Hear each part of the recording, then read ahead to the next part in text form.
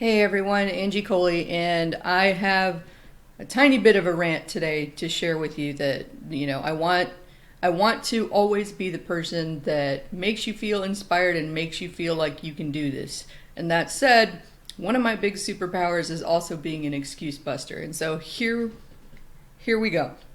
In the past couple weeks, I've had some people that understandably, feel a little bit of trepidation, a little bit of hesitation, a lot of fear about stepping up and owning their own business, and they're asking questions.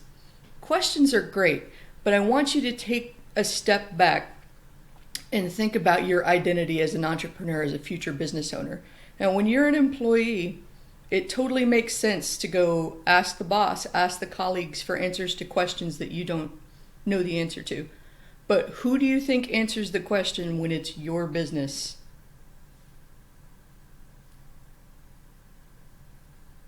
Pause deliberate there. When it's your business, you're the one that needs to answer the questions, which means that you need to get really good, really comfortable with either finding the answers to questions, finding someone who can consult you and give you the answers to the questions, or just picking an answer, hoping it's right, and taking forward action anyway. I had a lot of people recently that, we're setting up a meeting. There were some international clients, and people were really upset that they couldn't find their local time.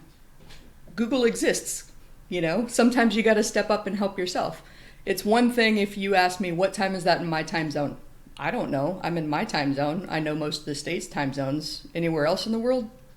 Probably, I don't know. I would use the same meeting calculator that you probably would to find that time. But, if you come to me and you say, hey, so I ran this through a meeting calculator and this is the time I got, does that sound about right? Can you see how different that is in the approach from one camp is find the answer for me, and that is very much an employee mentality, right? You're looking for someone else to step in and find a solution for you.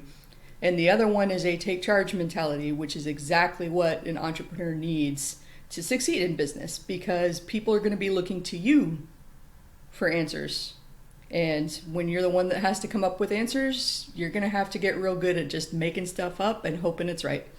That's not to say that, you should bullshit anybody or you should make up stuff and completely not have an answer that it's right. But it's totally okay to say, hey, I looked up the time and this is what I found. Sounds like it's about right. Why don't you give it a shot and let me know how it turns out? That's a perfectly acceptable answer versus straight up saying here's an answer that I don't know whether it's right, but you can accept it as truth. That's a different thing. So anyway, that's my rant for today. If you want to start a business, own a business, start a part-time side hustle, you are the person with the answers now, which means that you need to be comfortable with finding answers, coming up with answers, thinking deeply, and responding with your own answers.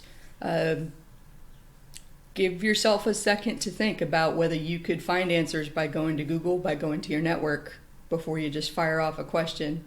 And that's what I have for you today. So, Angie Coley signing off. Let's go kick some ass.